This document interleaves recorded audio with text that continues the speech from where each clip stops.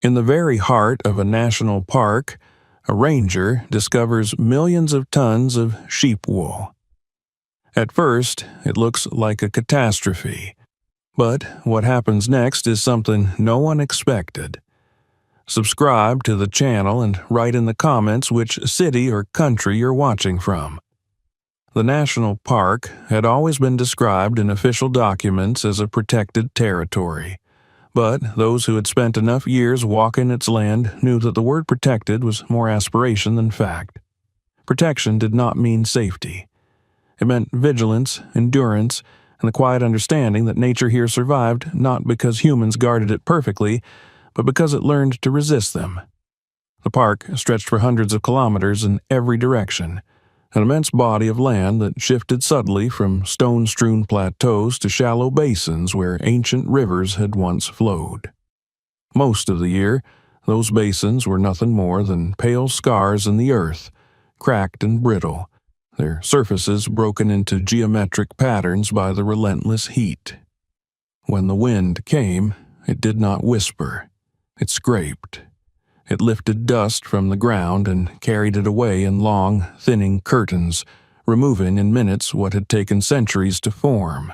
To outsiders, the park was often portrayed as timeless and untouched. Promotional images showed rare moments after rain, when the land briefly softened, and patches of green appeared like promises quickly forgotten. Visitors imagined abundance and silence, an endless wilderness that existed beyond the reach of human consequence. Those who worked here knew better. They understood how fragile the soil was, how close the land hovered to collapse, how every disturbance left an imprint that could linger for decades. The park was not a monument. It was a balancing act. At its center lay the Forbidden Zone, a vast interior region where access was restricted even to most park staff. There were no tourist trails here, no lookout platforms, no informational signs. The terrain was difficult, the distances immense, and the ecological value too high to justify casual intrusion.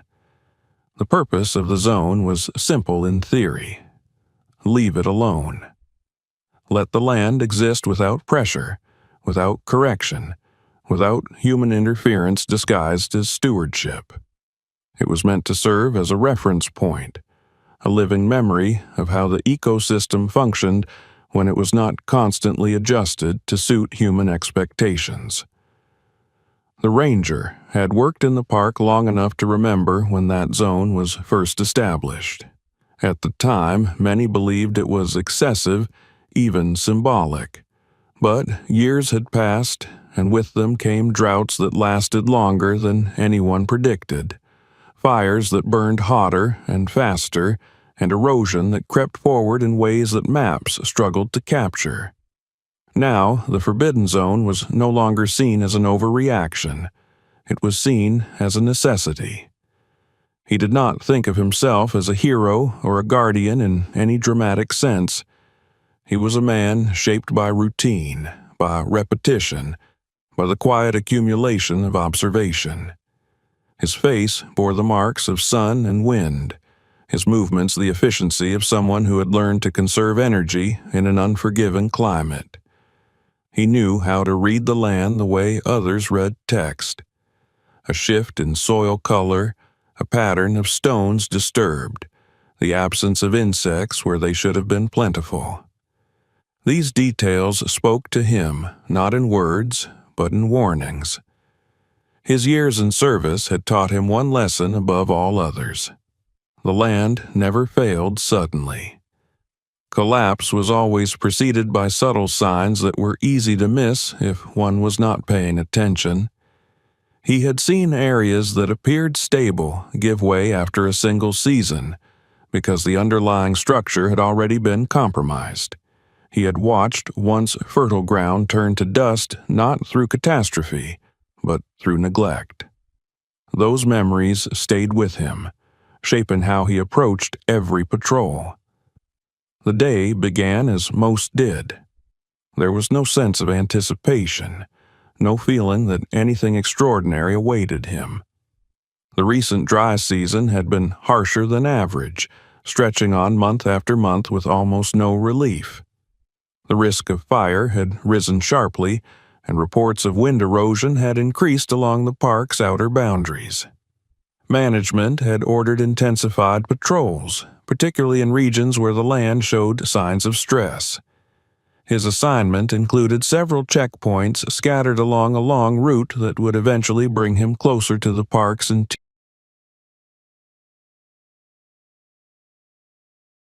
Preparation followed a familiar rhythm. Equipment was checked, water supplies secured, navigation systems calibrated. He reviewed satellite images and route maps, committing the day's path to memory. On paper, there was nothing unusual about the area he would traverse. It was classified as stable, unremarkable, a stretch of land that rarely required attention. That was precisely why it had been included in the patrol. Stability in this environment could never be taken for granted. As he drove deeper into the park, the landscape flattened and widened. The horizon seemed to pull farther away with each kilometer, the sky pressing down with a pale, unyielding brightness. The ground was hard and dry beneath his boots when he stopped to inspect erosion markers. Fine dust clung to everything, coating rocks and vegetation alike, dulling their colors. This was the park in its most honest state, stripped of illusion, enduring rather than thriving. Hours passed without incident. He marked observations, adjusted course where needed, and continued forward. It was during one of these long, unbroken stretches that something caught his attention. At first, it registered only as a disruption in the pattern, a faint irregularity at the edge of his vision. The land ahead appeared lighter, almost reflective, in a way that did not align with the surrounding terrain. He slowed, narrowing his focus, scanning the horizon more carefully. The color was wrong. It was not the pale beige of sand, nor the chalky residue left by dried mineral deposits. It was brighter, more uniform, and it seemed to occupy a shape that was too deliberate to be natural. Against the muted tones of the park, it stood out like an error in a carefully balanced composition. He checked his instruments, cross-referencing his position with the map. According to every record available to him, there was nothing of interest in that direction. No salt flats, no dry lake beds, no geological features that could explain the anomaly. The area was marked as undisturbed, its isolation one of the reasons it had remained largely unexamined in recent years. The wind shifted, lifting dust from the ground and briefly obscuring his view. When it settled, the pale shape remained, unchanged. If anything, it seemed more defined now, its edges clearer against the darker soil. He felt a tightening in his chest, a familiar sensation that came not from fear, but from the recognition that something was out of place. Protocol dictated caution. Any deviation from expected conditions within the park required documentation, and unexplained changes warranted closer inspection. He logged the coordinates and adjusted his route, angling toward the anomaly with measured intent. As he approached, the terrain became more uneven, the ground showing signs of past disturbance that had long since been smoothed by wind and time. The faint impressions suggested that vehicles had once passed through, though no tracks remained sharp enough to determine when. The closer he came, the more the scale of the thing revealed itself. What he had first taken for a patch of discolored land was not a surface feature at all. It was depth.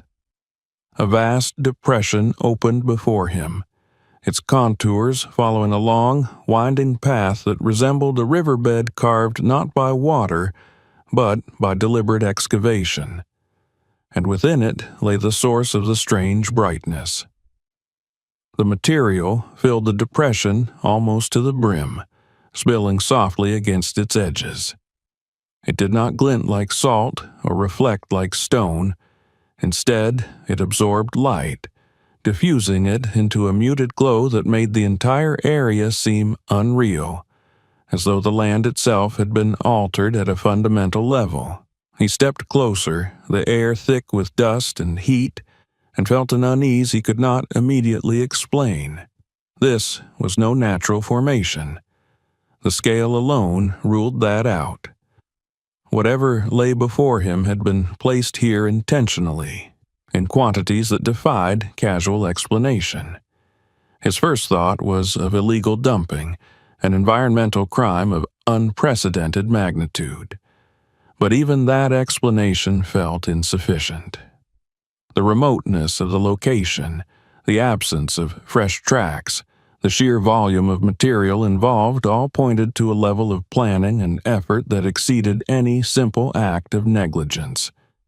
He crouched near the edge of the depression and reached down, gathering a small handful of the pale mass. It was soft, fibrous, tangled with traces of dry vegetation and dust. The texture was unmistakable. He had seen it before, in shearing sheds on the park's outskirts, in storage yards where unwanted material.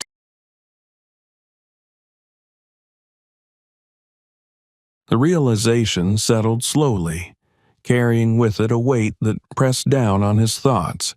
Wool did not belong here, not in this quantity, not in this place. There were no grazing lands nearby, no flocks that could account for such an accumulation. Transporting even a fraction of this volume into the heart of the park would have required coordination, resources, and time. And yet, there it was, lying silent beneath the open sky. He stood and surveyed the scene once more, his mind racing through possibilities. If this was a crime, it was one that had gone undetected for years. If it was something else, then it represented a secret of staggering proportions. Either way, he understood that he had crossed a threshold. The park, he thought he knew, had revealed something hidden at its core, and whatever lay ahead would challenge not only his duties as a ranger, but his understanding of what protection truly meant. As the sun lowered and shadows stretched across the land, he marked the site carefully and began the journey back, carrying with him the knowledge that the Forbidden Zone was no longer empty. It held a mystery buried in plain sight, waiting for someone to decide whether it would be exposed, condemned, or understood. The ranger did not sleep well that night. The image of the pale depression lingered behind his closed eyes, returning each time he drifted toward rest. It was not fear that kept him awake, but scale. The land he had seen defied the quiet logic by which the park usually revealed its problems. Erosion advanced slowly. Vegetation retreated year by year. Even disasters followed patterns that could be traced, explained, archived. What lay in the Forbidden Zone belonged to none of those categories.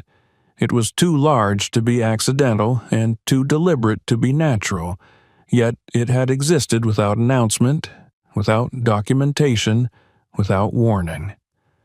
By dawn, the decision to return had already taken shape in his mind. Protocol allowed follow-up inspections if anomalies posed a potential environmental risk, and no one could reasonably argue that millions of tons of foreign material in the park's core did not qualify. He prepared more carefully this time, packing sampling tools, additional containers, and instruments for measuring soil conditions. He informed headquarters only that he was conducting an extended assessment in the interior region, careful not to describe what he had seen in terms that would trigger immediate intervention. Words mattered. Once spoken, they set processes in motion that could not be stopped. The journey back felt different from the one before. The land had not changed overnight, yet his awareness of it had sharpened. Every stretch of ground seemed to carry new significance, every rise and dip now part of a larger question. He followed the same route, watching for signs he might have missed the first time, searching for confirmation that what he had seen was real and not some trick of light or fatigue. When the pale expanse finally reappeared on the horizon, it did so without ambiguity. It was there, as impossible and undeniable as before. From a distance, the depression resembled a frozen wave, its surface uneven but continuous, stretching far beyond what the eye could easily measure. As he approached, the sheer size of it became harder to comprehend. The basin extended for kilometers, curving gently with the land, its depth varying as though it had been shaped to follow some ancient contour. This was no random dumping ground. The wool filled the space with a density that suggested intention, as if whoever placed it here understood the land well enough to choose exactly where it would settle and remain. He descended carefully into the basin, boots sinking slightly into the fibrous mass. The surface gave under his weight but did not collapse. Instead, it compressed, springing back with a resilience that surprised him. Wool, he realized, behaved differently here than it did in storage piles or processing yards. Exposed to the elements, layered and compacted by time, it had formed something closer to a landscape than a heap. He knelt and examined the fibers more closely. They were not uniform. Some strands were coarse and weathered, others finer, tangled together with the fragments of dried grass, seeds, and dust. In places, the wool had darkened, absorbing the color of the soil beneath. In others, it remained pale, almost luminous against the surrounding earth. He could see where layers overlapped, where older deposits had been covered by newer ones, creating a stratification.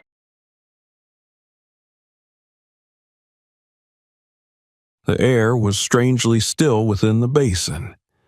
The wind that scoured the surrounding plains lost its strength here, as though the depression itself acted as a shield. Fine fibers lifted occasionally, drifting only a short distance before settling again.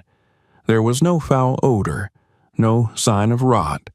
Instead, there was a dry, lanolin-scented stillness, unfamiliar but not unpleasant. He began to walk the perimeter, pacing slowly, counting steps, mapping the shape in his mind. At several points, he noticed areas where the ground appeared more compacted, the soil beneath pressed flat as if heavy loads had once rested there. These were not random marks left by erosion. They were platforms, faint but deliberate, positioned at intervals that suggested planning. Someone had stood here. Machines had likely been parked here. Material had been unloaded here, then spread outward. The realization unsettled him more than the wool itself. Illegal dumping was typically chaotic, driven by convenience and concealment. This was neither. Whoever had done this had invested time and effort into placing the material precisely, shaping it to the land rather than simply discarding it. The act carried a purpose he did not yet understand. He searched for signs of recent activity. There were none. No fresh tracks, no discarded tools, no remnants of fuel or packaging. The few traces he found were old, softened by wind and sun to the point where their age could not be determined without laboratory analysis. This absence of immediacy made the discovery more troubling, not less. It meant that whatever had occurred here was not ongoing, but it was also not resolved. As he continued his survey, he noticed something that shifted his perspective entirely. Along the edges of the basin, where the wool thinned and the soil emerged, the ground looked different. It was darker, richer in tone, less prone to cracking. He crouched and pressed his fingers into it. The soil yielded slightly, holding together rather than crumbling apart. He tested another spot farther away, beyond the influence of the wool and felt the familiar brittleness return. The contrast was unmistakable. He took out his instruments and began measuring moisture levels, moving methodically from the center of the basin outward. The results confirmed what his senses had already suggested. Moisture was higher near the wool, significantly so, and it decreased gradually with distance. Even after weeks without rain, the ground beneath and around the fibrous mass retained water in a way that the surrounding plains did not. This was not what he had expected to find. Wool, left exposed, was often considered a nuisance, slow to decompose and difficult to manage. Yet here it appeared to be interacting with the land in a way that defied conventional assumptions. It was not suffocating the soil. It was not poisoning it. It was, in some manner, altering its behavior. He moved on, scanning the area for life. At first glance, the basin seemed as quiet as the rest of the park, but closer inspection revealed subtle signs of activity. Tiny insects moved among the fibers, disappearing into gaps where wool met earth. Ant trails traced delicate lines along the edges, converging toward the darker soil. These were not the signs of a dead zone. They were the earliest indicators of a system beginning to function. The presence of life raised new questions. If this were simply waste, one would expect decay or contamination, not habitation. The wool had been here long enough to integrate, to become part of the environment rather than an intrusion. That integration did not happen by accident. It required time, exposure, and conditions that allowed biological processes to take hold. He collected samples from different depths and locations, sealing them carefully.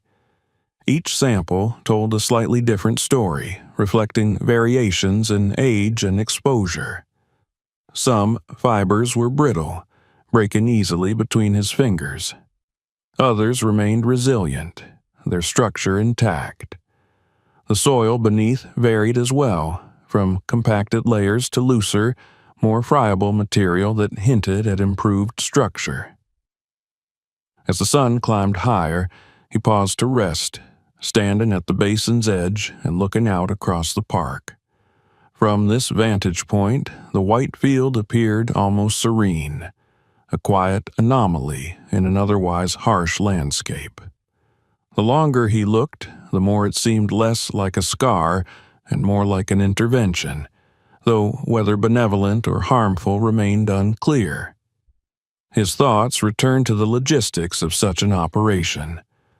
Transporting this volume of wool would have required countless trips, coordination, access routes that somehow avoided detection.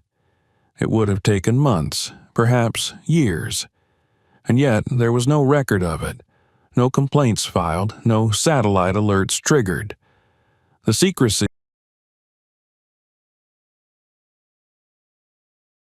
He considered his next steps carefully. Reporting the find in full would bring immediate scrutiny, and scrutiny would bring removal. The material would be classified as contamination, regardless of its effects. The basin would be cleared, the wool hauled away, the land returned to its previous state, brittle and exposed. Whatever process had begun here would be interrupted, its outcome forever unknown. At the same time, remaining silent carried its own risks. If this was indeed an environmental hazard, delay in action could cause harm. The wool could become a fire risk under the wrong conditions. It could alter drainage patterns in ways not yet visible. The responsibility weighed heavily on him, pressing against the boundaries of his role. Before leaving, he made one final discovery. Near one of the compacted platforms, half buried in soil and fibers, he found a piece of metal protruding at an odd angle. He cleared it carefully, revealing a corroded stake driven deep into the ground.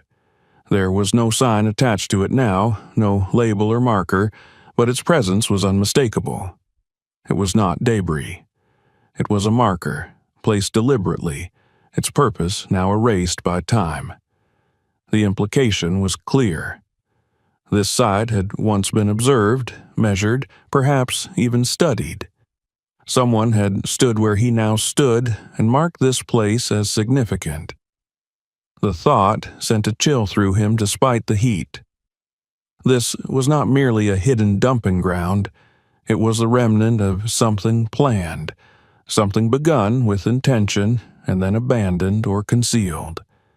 As he climbed out of the basin and turned back toward the open plains, he knew that his understanding of the park had shifted.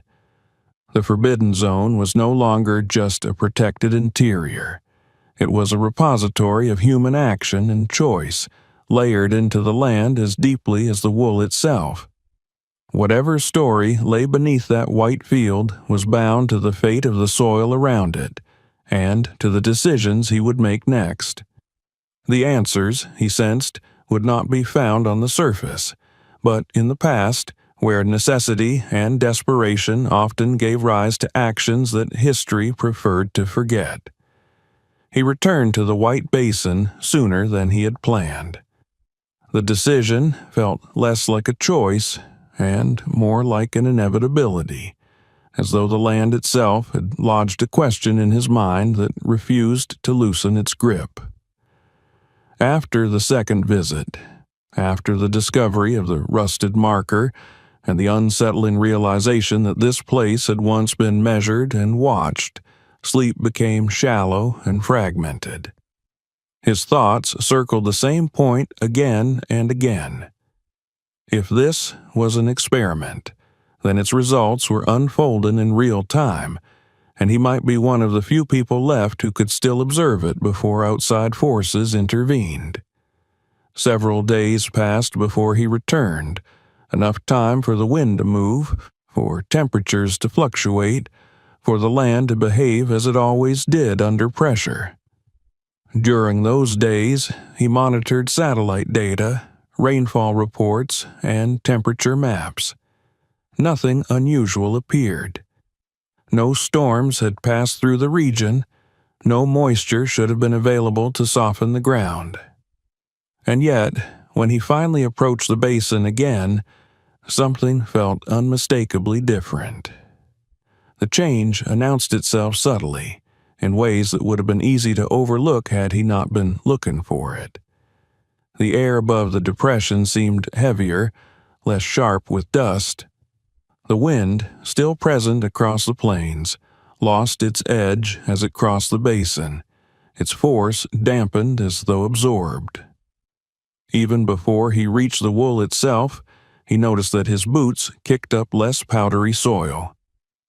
The ground held together longer under pressure, resisting the instinctive crumble that had become the defining trait of this land. He stopped at the edge and stood still, letting his eyes adjust. The white field remained, vast and silent, but it no longer appeared inert. There was a softness to its contours now, a sense of cohesion where before there had only been accumulation. The fibers along the surface had settled into each other more tightly, and in some areas their color had deepened slightly, taking on muted tones drawn from the soil beneath. He stepped down into the basin and immediately felt the difference beneath his feet. The surface compressed with a quiet resilience, absorbing his weight evenly instead of shifting unpredictably. The wool did not scatter. It did not drift away in loose fragments. It behaved as a layer, a mat integrated enough to hold itself together. He crouched and pressed his palm into it, feeling a faint coolness beneath the sun.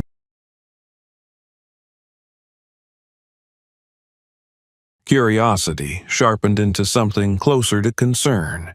He moved to the instruments he had brought with him and began measuring again, repeating the same process he had used before, careful to follow the same pattern. The results forced him to check the readings twice. Moisture levels had increased, not dramatically, but consistently. In a region that had received no rain, The soil beneath the wool was holding water longer than before. The increase was small enough to seem insignificant on paper, but he knew better. In a landscape this dry, even marginal changes could shift the balance between survival and collapse. He expanded his survey, moving outward from the basin in widening arcs. The gradient of change was clear. Closest to the wool, the soil was darker, more cohesive. Farther away, the ground gradually returned to its familiar brittleness. This was not a random pattern. It was a measurable zone of influence, spreading slowly but deliberately. As he worked, he became aware of movement around him. At first, it was nothing more than the flicker of something small disappearing between fibers. Then he noticed more. Ants moving in steady lines along the boundary where wool met earth. Beetles, their shells dull and dust-coated, emerging briefly before retreating again. These were not anomalies carried in by chance.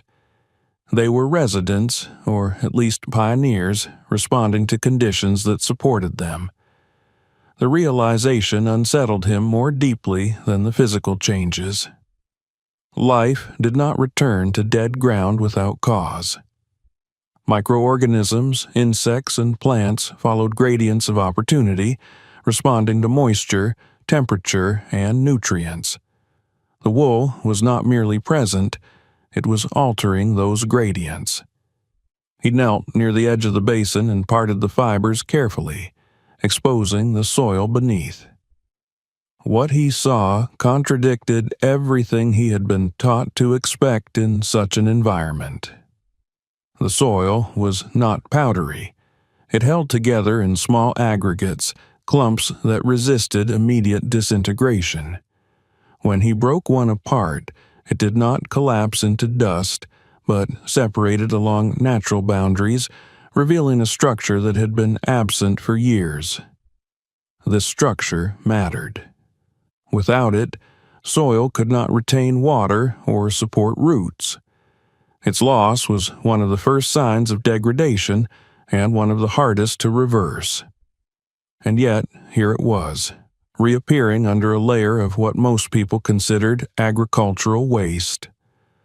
He moved along the basin, repeating the process, documenting each observation with growing unease. The effect was not uniform, but it was consistent enough to rule out coincidence. Wherever the wool lay thickest, the soil beneath showed signs of recovery. Where it thinned, the effect diminished. The relationship was direct, undeniable. By midday, the heat intensified, pressing down on the land with familiar cruelty. This was the hour when the park usually felt most lifeless, when animals retreated and even insects sought shelter. Yet, within the basin, activity persisted. Tiny movements continued among the fibers. A bird passed overhead and circled once before landing at the edge, pecking briefly at the ground before lifting off again. The sight was ordinary in isolation, but here it felt significant. Birds did not waste energy without reason. He paused, straightening slowly, and let the implications settle. If this place had been left undisturbed, if no one had maintained it, adjusted it, or monitored it for years, then the changes he was witnessing were the result of the wool interacting with the land on its own terms. This was not a controlled laboratory experiment. It was something messier, more honest, unfolding under real conditions. His thoughts returned to the marker he had found during the previous visit. It made sense now in a way it had not before. Someone had anticipated this. Someone had believed that the wool would do something, enough to warrant marking the site, tracking its progress. The absence of further markers suggested that the project had been abandoned, interrupted, or deliberately concealed. Whatever the reason, the land had continued the work alone. He searched for further signs of human presence, and this time he noticed details he had overlooked before. Subtle depressions where instruments might once have been placed. faint alignments in the wool layers, suggesting areas that had been intentionally thicker or thinner. These were not obvious. They were the kinds of details that disappeared quickly in harsh environments, leaving behind only their consequences. Toward the far end of the basin, he found the first signs of plant life that could not be dismissed as coincidence. Tiny shoots, pale green and fragile, pushed up through gaps in the fibers. They were not vigorous, not yet, but they were alive. Their roots, he knew, would follow moisture downward, anchored.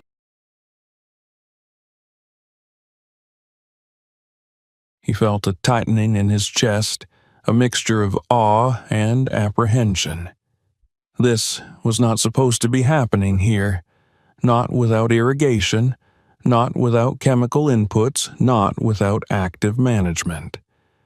And yet it was happening, quietly, without permission. The question that pressed against him now was no longer whether the wool was harmful. It was whether revealing its presence would destroy something rare. The systems he worked within were designed to correct problems, not to protect unauthorized solutions. The moment this site entered official channels, it would be framed as a violation, not an opportunity.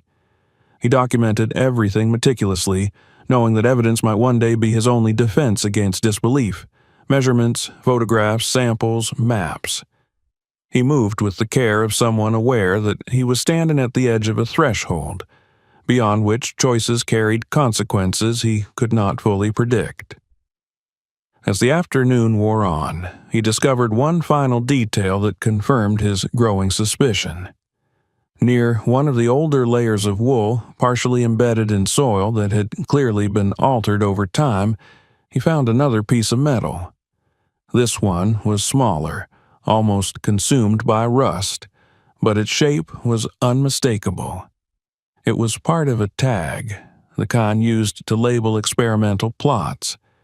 Whatever identification it once carried had long since eroded away, but its presence alone was enough. He sat back on his heels and stared at it, the weight of the moment settling fully for the first time. This land was not changing by accident.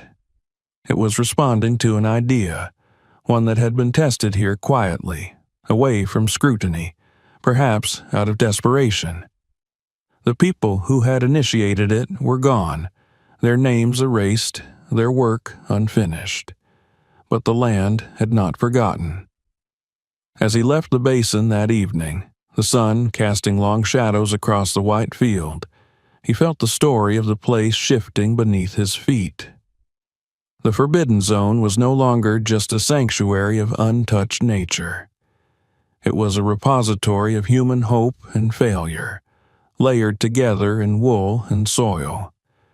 And now that he had seen the changes beginning to take hold, he knew that looking away was no longer an option.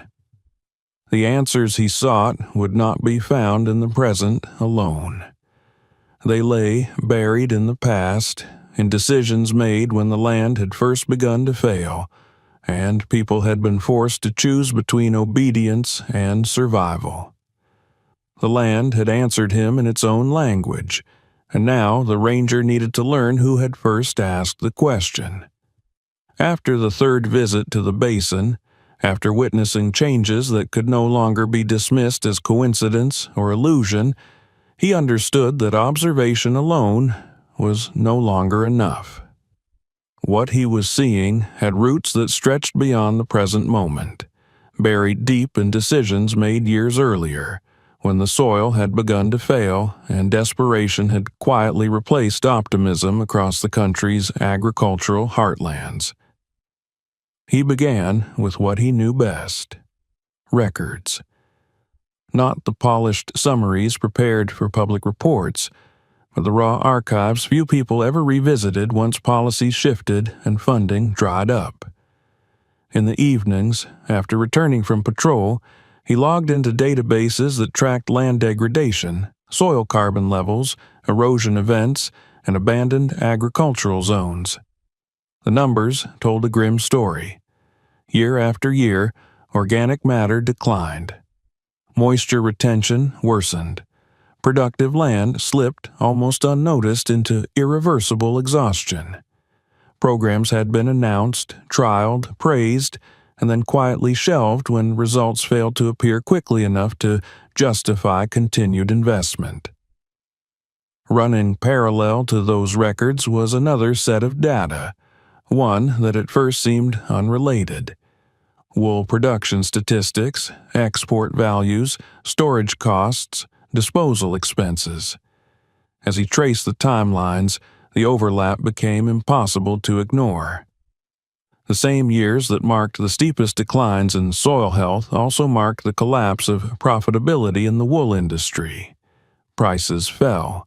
Warehouses filled.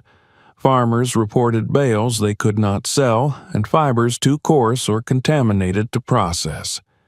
Disposal became a problem no one wanted to claim ownership of, because to acknowledge it was to admit failure in an industry long considered a national symbol.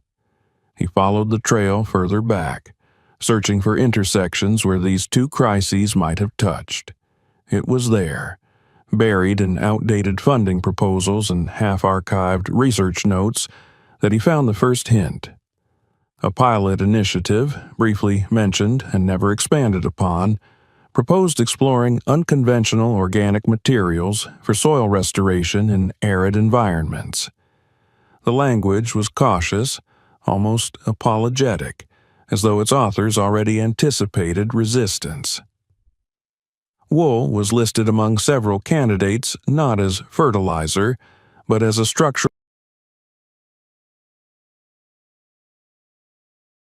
The project name appeared only once, referenced in a grant application that had been marked as discontinued. There were no final reports, no published findings, no follow-up studies. It was as though the idea had been erased before it could take form. Yet the language used suggested that preliminary trials had already begun somewhere remote, somewhere shielded from immediate scrutiny. The ranger felt a tightening in his chest as he read. The timeline matched too closely to be ignored. The volume of wool in the basin, the deliberate placement, the markers he had found in the soil, all aligned with the notion that this was not theory, but practice. An experiment had been carried out quietly and thoroughly, and then abandoned before its outcome could be acknowledged. He searched for the people behind the proposal. Names appeared sporadically, attached to soil science departments, regional agricultural boards, and independent research groups. Some had retired. Others had moved on to different fields.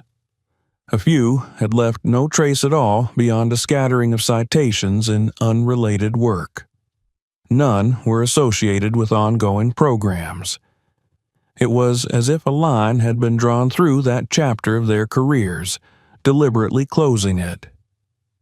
From fragmented correspondence, he began to piece together the context in which the experiment had emerged. These were not reckless idealists acting on impulse. They were professionals who had watched their recommendations ignored for years, their warnings diluted by politics and short-term economics. They had seen soil conservation framed as a cost rather than an investment. Sustainability reduced to slogans that dissolved when profits tightened. When official channels failed, they had looked elsewhere. The farmers involved, he realized, must have been under even greater pressure. For them, degraded land was not an abstract concern. It was a daily reality measured in failing crops, shrinking yields, and mounting debt. Wool, once a reliable source of income, had become a liability, piling up in sheds and yards with no buyers willing to take it. To them, the idea of repurposing waste into a potential solution would not have seemed radical. It would have seemed necessary.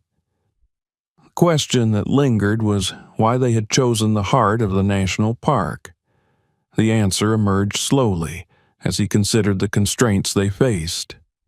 Any trial conducted on farmland would be subject to variables that could obscure results. Fertilizers, Irrigation, grazing, and mechanical disturbance would complicate interpretation. The forbidden zone, by contrast, offered something rare: land that had been left alone, a baseline untouched by modern agricultural interference. If wool could alter soil dynamics there, it could do so anywhere. There was also the matter of protection. Conducting such a trial openly would have invited immediate scrutiny, regulatory hurdles, and likely termination. The park's central zone, remote and restricted, provided a form of cover. Access was limited. Monitoring was infrequent. Satellite imagery, while available, was often too coarse to reveal changes beneath surface layers.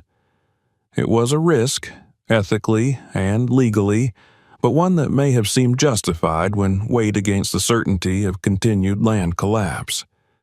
As he continued digging through records, the absence of documentation became as telling as what he found. Funding had been withdrawn abruptly. Correspondence ceased mid-conversation. References to field sites vanished. It suggested not failure, but interruption. Something had forced the experiment to stop before conclusions could be drawn, before results could be shared. Perhaps political pressure, perhaps a shift in priorities, perhaps fear of liability if the trial were deemed unauthorized. Standing alone in his office, surrounded by screens and files, the ranger felt the distance between those decisions and the present moment collapse. The people who had initiated the experiment were gone from the narrative, but their work remained, etched into the land itself. The basin was not a relic. It was an unfinished sentence, still being written by soil, water, and time. He returned to the field with this new understanding, seeing the wide expanse through a different lens. What once looked like an anomaly now appeared as infrastructure, crude but purposeful. The thickness of the wool varied in ways that mirrored experimental design rather than chance. Thicker layers in areas prone to erosion, thinner applications where soil structure was marginally better. Even the shape of the basin seemed less accidental now, its contour.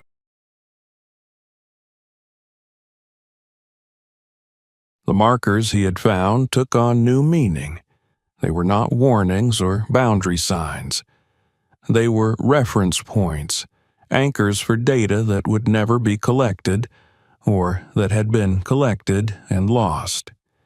Each rusted fragment was a reminder that knowledge could be abandoned as easily as land.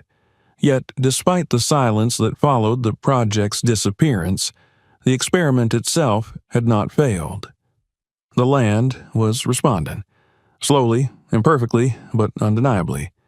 In the absence of oversight, the process had continued, governed by natural feedback rather than human schedules. The wool did not care that funding had been cut or that permissions had lapsed. It interacted with the soil according to physical and biological laws, indifferent to policy. This realization unsettled the ranger more than any evidence of wrongdoing could have. It meant that the most promising work might occur outside institutional frameworks, not because those frameworks were malicious, but because they were ill-equipped to handle solutions that required patience and humility. The forgotten experiment was not forgotten by the land. It was simply left to unfold without witnesses. As he walked the basin again, his steps slow and deliberate, he felt the weight of responsibility shift.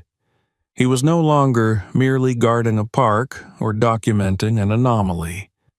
He was standing at the intersection of failure and possibility, holding knowledge that could either revive a discarded idea or condemn it once more to erasure.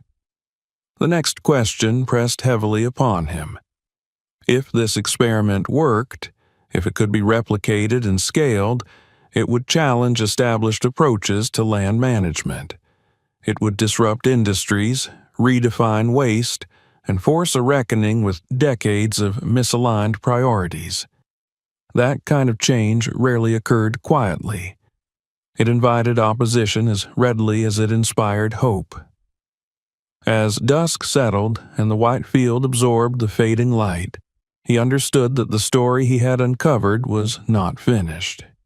It was moving toward a moment of decision, one that would test not only the resilience of the land, but his own willingness to act beyond the comfort of rules written for simpler problems. The forgotten experiment had resurfaced, and with it came a choice that could no longer be postponed.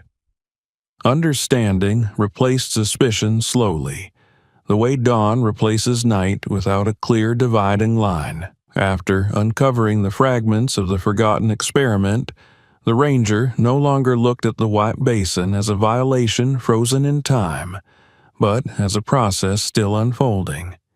Each visit now felt less like an inspection and more like a lesson, the land itself demonstrating principles that reports and theories had failed to make convincing. What had once seemed impossible began to assemble into a coherent logic, grounded not in idealism, but in the quiet mechanics of nature. The first truth revealed itself through water. In a region where moisture was the most precious and elusive resource, wool behaved unlike any material the ranger had encountered in soil management practices. Each fiber acted as a vessel, absorbing water during the brief windows when dew settled at night or when rare rains brushed the surface. Unlike bare soil, which shed water quickly or lost it to evaporation, the wool trapped it, holding it within its structure. During the heat of the day, when temperatures climbed and the air drew moisture relentlessly from the ground, the wool released what it had stored slowly, not as surface runoff, but as a steady, almost invisible contribution to the soil beneath. This gradual exchange transformed the rhythm of the land. Where the soil once oscillated between sudden saturation and rapid desiccation, it now experienced moderation. Extremes softened. Moisture lingered long enough for microorganisms to awaken and function. Roots, tentative at first, found pathways downward that did not collapse into dust. The soil no longer behaved as a dead medium, but as a living interface capable of regulating its own condition. The ranger observed how the wool altered the movement of air as well. In degraded soils, compaction and structural collapse often suffocated microbial life by sealing off the tiny pores through which oxygen flowed. The wool, layered loosely but persistently, created networks of air pockets that allowed the ground to breathe. Beneath the fibers, oxygen seeped downward, feeding bacteria and fungi that had long since retreated or died out. These organisms, once re-established, began performing the work that no machine could replicate, binding particles together.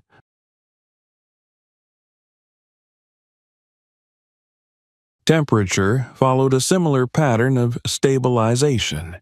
In the exposed plains beyond the basin, the sun scorched the surface during the day, driving temperatures high enough to kill sensitive organisms and sterilize the top layer of soil. At night, heat dissipated rapidly, leaving the ground cold and unresponsive. Under the wool, these swings diminished. The fibers reflected part of the solar radiation, preventing excessive heating, while their insulating properties slowed heat loss after sunset. The result was not warmth, but consistency, a narrow range within which biological processes could persist. Wind, the park's most destructive force, also lost its power here. In open areas, gusts stripped the soil of its finest particles, carrying away organic matter and leaving behind heavier, lifeless remnants. The wool anchored those particles, weaving itself into the surface and trapping sediment that would otherwise vanish into the air. Over time, dust settled into the fibers and stayed there, contributing to the gradual rebuilding of the topsoil layer. What had once been erosion became accumulation. As weeks passed, the ranger noticed changes that could not be explained by physical factors alone. Chemical transformations were underway, subtle but profound. Wool, composed largely of keratin, resisted rapid decomposition, but that resistance was precisely what made it valuable. Instead of releasing nutrients in a sudden flush that plants could not absorb, it broke down slowly, mediated by specialized microorganisms capable of digesting its complex structure. Nitrogen, sulfur, and trace minerals entered the soil gradually, feeding microbial communities first, then plants, in a sequence that mirrored natural nutrient cycles. This slow release mattered more than any single nutrient value. It prevented leaching, a problem common in degraded soils where sudden nutrient inputs washed away with the next rainfall. Here, nutrients remained where they were needed, bound within the soil matrix, accessible but not volatile. The ranger confirmed this through repeated sampling, comparing nutrient levels over time and finding not spikes, but steady increases that aligned with the expansion of biological activity. The transformation was not uniform, nor was it effortless. In areas where the wool lay too thick and unprocessed, it compacted into dense mats that resisted water penetration. These zones reminded him why raw wool was often dismissed as impractical in agriculture. Without preparation, it could become a barrier rather than a bridge between soil and atmosphere. But elsewhere, where the fibers had been distributed more evenly, mixed with organic debris and shaped by time, the balance was right. Water passed through, air circulated, life followed. This distinction clarified another aspect of the experiment. The people who initiated it had not simply dumped wool indiscriminately. They had understood, at least intuitively, the importance of form. In some sections of the basin, the wool had clearly been processed before application, broken down mechanically into shorter fibers that interlocked without clumping. In others, it had been combined with organic matter, accelerating microbial colonization and integration into the soil. These variations suggested trials within the trial, different approaches tested side by side, their outcomes written not in spreadsheets, but in the land itself. The ranger realized that what he was witnessing was not a miracle, but a system. Each function reinforced the others. Moisture retention supported microbes. Microbes improved structure. Improved structure reduced erosion. Reduced erosion allowed nutrients to accumulate. Nutrients supported plants, which in turn stabilized the soil further. Wool was not the solution by itself. It was the catalyst that allowed the soil to remember how to heal. This understanding shifted his sense of scale. The basin was no longer just a singular site. It was a model, one that could, in theory, be replicated anywhere degraded land met surplus wool. The implications extended far beyond the park's boundaries, reaching into agricultural regions where both soil exhaustion and wool waste remained unresolved problems. Yet, with that potential came risk. He began to imagine what would happen if this process were exposed without context.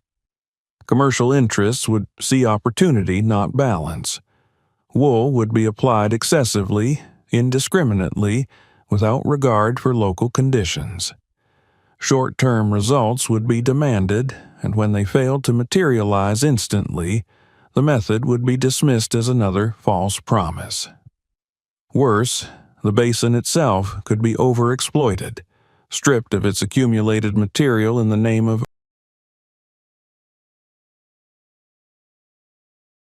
As his understanding deepened, so did his unease. Knowledge carried responsibility, and responsibility demanded choice. The wool was working because it had been given time, because it was allowed to interact with the land without interference. Any abrupt disruption would collapse the delicate equilibrium that had formed. The ranger knew that once authorities became involved, patience would be scarce. Deadlines would be imposed, metrics would be enforced, the land would be asked to perform on human schedules. Standing at the edge of the basin one evening, watching the last light settle into the fibers and soil, he felt the weight of that realization settle over him. The forgotten experiment had succeeded not because it was hidden, but because it was left alone. Its anonymity had protected it from the very forces that often undermined innovation. Yet, anonymity could not last forever. The changes were becoming visible even to untrained eyes. Vegetation spread slowly but steadily. Dust storms lost intensity in this pocket of land. Animals returned in small numbers, drawn by conditions that favored survival. The basin was no longer static. It was becoming conspicuous. The ranger understood now that the next phase of the story would not be written by wool or soil alone. It would be shaped by human response. Whether this knowledge would be used to heal land elsewhere or to exploit it depended on how and when it emerged into the open. As he turned away and began the long walk back, the white field behind him, he knew that observation had reached its limit. The system he served demanded answers, and the land demanded protection.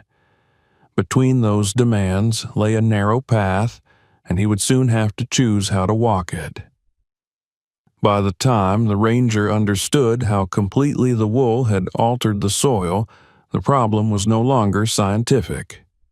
It had become human. Knowledge, once acquired, demanded action, and action within a system as rigid as environmental governance rarely allowed for nuance. The park did not operate on intuition or patience. It operated on protocols, on reporting chains, on predefined responses to predefined violations. And what lay in the heart of the forbidden zone was, by every formal definition, a violation. The pressure began quietly. Anomalies, once subtle, started to surface beyond the basin itself. Satellite data flagged minor deviations in surface temperature. Dust dispersion models showed reduced particulate movement over a specific area that should have been eroding at a predictable rate. These discrepancies were small, almost negligible, but they accumulated, drawing the attention of analysts far removed from the land itself. Questions appeared in routine briefings. Nothing explicit, nothing alarming, but enough to make the ranger aware that the window for silent observation was closing. He felt the tension of his position acutely. His duty was to protect the park, to report anything that threatened its integrity. Yet the deeper truth was that the greatest threat to this place now came not from what had been done to it, but from what might be done next. If he filed a full report, the response would be immediate and uncompromising. Inspection teams would arrive. The area would be declared contaminated. The wool would be removed, cataloged as waste, and hauled away. The soil would be disturbed once more, stripped back to the brittle state it had occupied for years. The experiment, unfinished but clearly working, would be erased in the name of compliance. At the same time, silence carried its own dangers. He was not naive enough to believe he could control the flow of information indefinitely. Others would notice changes. Curiosity would lead to investigation. If the site were discovered without context, without documentation prepared to explain its purpose and results, it would be judged harshly. Worse, responsibility would fall squarely on him. The ranger had seen careers destroyed for far less.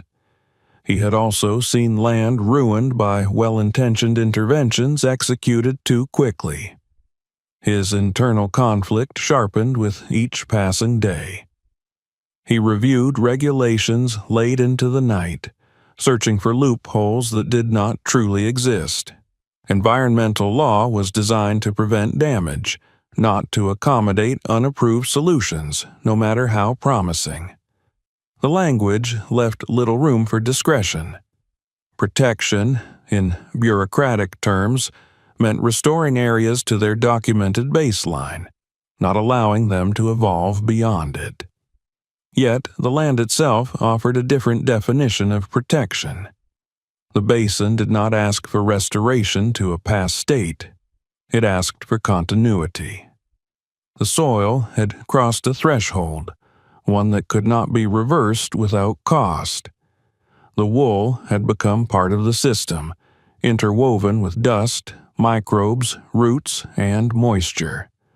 Removing it now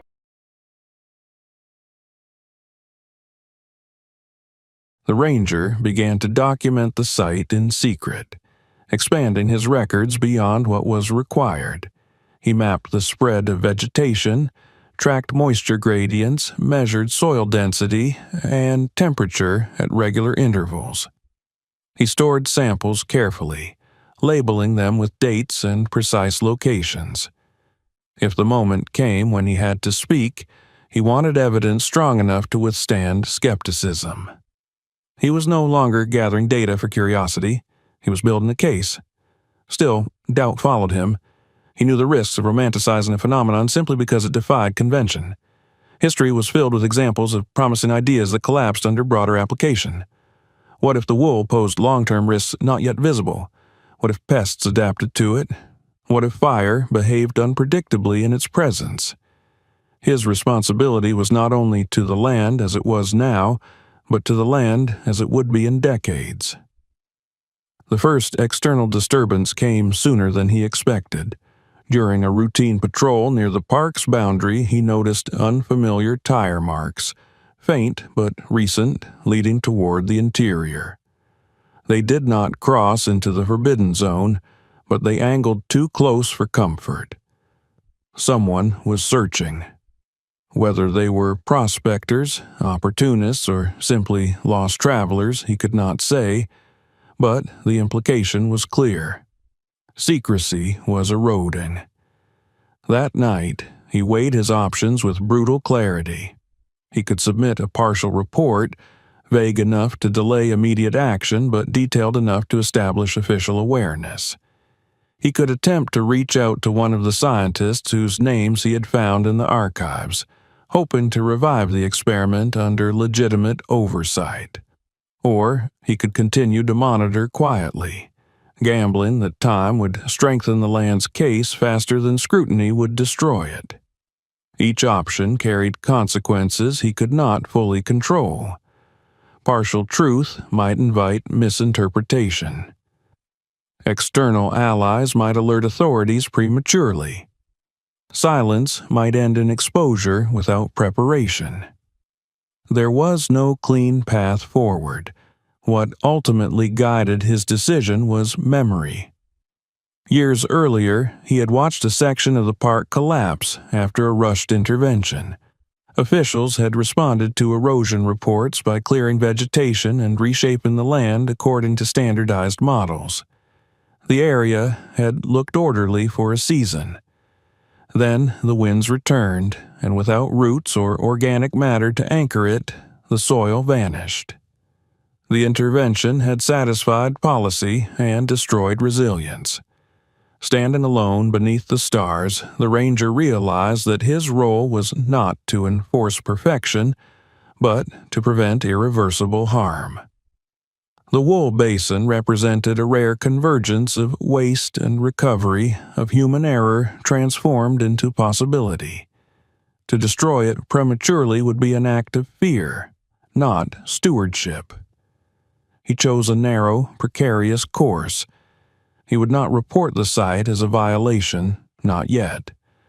Instead, he would escalate its status quietly, reclassifying the area internally as a zone of ecological interest requiring long-term observation. The designation existed, buried in the regulatory framework rarely used and poorly defined. It would not protect the basin indefinitely, but it would buy time. At the same time, he began preparing for exposure. He organized his data, refining his analysis, anticipating the questions that would be asked. He reached out discreetly to a former colleague now working in academic research, sharing only enough to test the waters.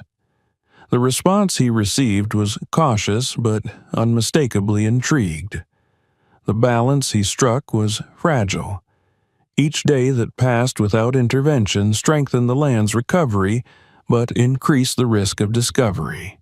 Each measurement he recorded deepened his conviction but tightened the net of responsibility around him. He felt isolated in a way he had not before, carrying a truth too complex to explain quickly and too valuable to surrender carelessly. As the season shifted and the first faint hints of rain appeared on the horizon, the basin responded faster than any surrounding area. Moisture lingered. Green spread incrementally. The changes were no longer confined to the wool itself. They radiated outward, subtle but persistent, reshaping the immediate ecosystem. The ranger watched this transformation with a mixture of pride and apprehension. The land was proving its case more convincingly than any report could. Soon, it would no longer be possible to hide what was happening in the heart of the park. When that moment came, the choice he had made would be tested publicly. Whether it would be judged as negligence or foresight remained uncertain. But as he stood at the edge of the white field, now flecked with green and alive with quiet movement, he knew one thing with absolute clarity. Doing nothing would have been the easiest path. Choosing.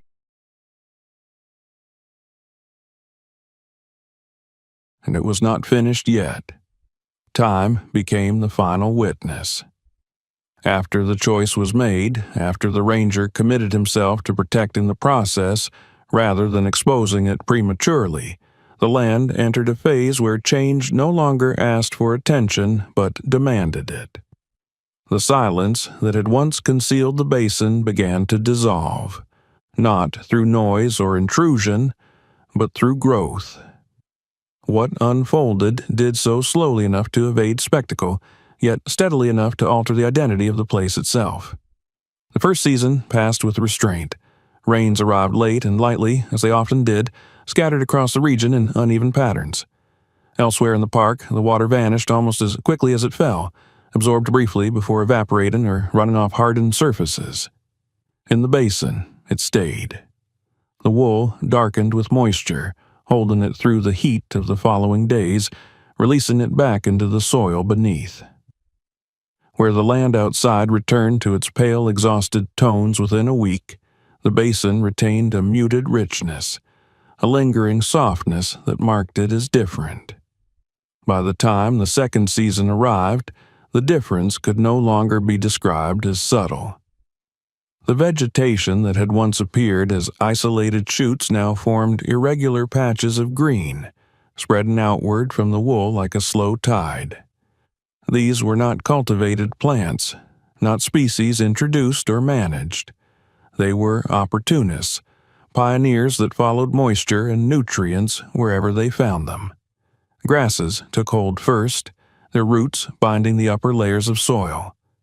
Small flowering plants followed, drawing insects that had been absent for years. The soundscape changed, almost imperceptibly at first, then unmistakably, as life reasserted itself. Animals responded next. Insects multiplied, no longer transient visitors, but residents. Birds altered their routes, lingering where before they had passed overhead without pause. Small mammals returned cautiously, leaving tracks that remained visible in the soil instead of being erased by wind within hours. Each presence reinforced the next, weaving the basin into the broader ecology of the park rather than isolating it as an anomaly. The ranger documented everything, aware that the land was building its own argument. Patterns emerged that no controlled study could have forced into existence. Vegetation density correlated directly with wool depth and soil improvement. Areas that had shown the earliest signs of recovery now supported more complex interactions, including fungi networks that extended beyond the original boundary of the basin. The soil no longer behaved as a static surface. It responded dynamically, adjusting to moisture, temperature, and biological input in ways that echoed healthier ecosystems elsewhere. Inevitably, attention followed. Analysts flagged the area again, this time with greater certainty. Aerial surveys revealed persistent color variation inconsistent with surrounding terrain. Ecological models struggled to account for the observed stability. Requests for clarification reached the rangers' superiors, cautious but increasingly insistent. The silence that had protected the basin was no longer absolute. When the inquiry came, it did not arrive as confrontation. It came as procedure, a request for explanation, a suggestion of a site visit. The ranger felt the weight of the moment settle fully for the first time. This was the threshold he had anticipated, the point at which secrecy would either collapse into accusation or transform into legitimacy. He prepared carefully. He did not present the basin as a mystery or a defiance of authority. He presented it as evidence. Years of observation, measurements taken methodically, comparisons drawn across seasons. He explained the origin of the wool crisis, the forgotten experiment, the absence of alternatives that had driven people to act outside formal channels. Most importantly, he let the land speak. He showed how soil structure had improved, how erosion had slowed, how biodiversity had returned without external inputs. The response was not uniform. Some saw opportunity immediately, envisioning scalable solutions and economic revival. Others saw liability, unauthorized intervention, and precedent they feared could unravel regulatory control. Debate followed, intense and unresolved. But one fact could not be dismissed. Removing the wool now would not restore the land to a neutral state. It would destroy a functioning system. A compromise emerged slowly, born of caution rather than conviction. The basin was reclassified officially. Its status changed from violation to experimental recovery zone. Oversight was imposed, but intervention was delayed. The land would continue its trajectory under observation, its progress monitored rather than reversed. The forgotten experiment. Beyond the park, the implications spread. Researchers revisited old assumptions. Farmers, struggling with waste and degradation of their own land, began to ask different questions. Wool, once considered a burden, gained new meaning, not as a miracle cure, but as a tool that worked when applied with patience and respect for natural processes. Pilot projects appeared elsewhere, cautiously, learning from the basin rather than copying it blindly. The ranger watched these developments with measured distance. His role had never been to lead a movement or claim credit. It had been to listen long enough for the land to reveal what it was capable of when given time. The basin continued to change, season after season, its white fibers gradually blending into the soil they had helped restore. What remained visible was no longer waste, but foundation. Standing at the edge one evening, years after his first discovery, he looked across a landscape transformed not into something lush or dramatic, but into something stable. The red dust no longer dominated the horizon. The wind still came, but it no longer stripped the land bare. The soil held, breathed, and supported life in quiet defiance of the forces that had once reduced it to exhaustion. The story of the basin did not belong to him, or to the scientists who had begun it, or even to the institutions that now studied it. It belonged to the land itself, to the long memory embedded in soil and fiber, water and root. It stood as a reminder that solutions to the most entrenched problems were often already present, dismissed as waste or failure, waiting only for someone willing to listen beyond protocol and allow time to do its work. The silence that had once concealed the experiment was gone, replaced not by noise, but by understanding.